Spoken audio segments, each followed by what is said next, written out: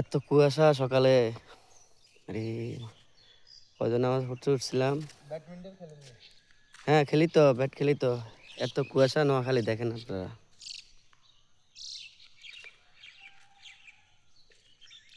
এটা হলো খেলার মাঠ, আমাদের র্যাকেট খেলার মাঠ। রাত 2টা পর্যন্ত র্যাকেট খেলছিলাম এই জায়গায়, দেখছেন এই যে অনেক কুয়াশা। তো আজকের জন্য ভালো থাকেন, আপনাদেরকে কুয়াশা দেখাইছি তো। এই নোয়াখালী ঠান্ডা কিরকম দেখেন, এরকম ঠান্ডা আসলে শহরে নাই, তারা বলতে পারে না। গ্রাম আইলে অনেক কুয়াশা, দেখছেন কুয়াশা কিরকম। তো ভালো থাকেন বন্ধুরা, আল্লাহ হাফেজ। সকালবেলা একটা ভিডিও করলাম।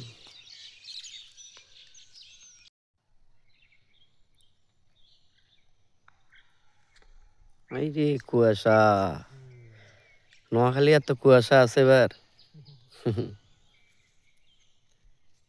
দলে দলে কুয়াশা দেখছেন ভাই, অনেক কুয়াশা।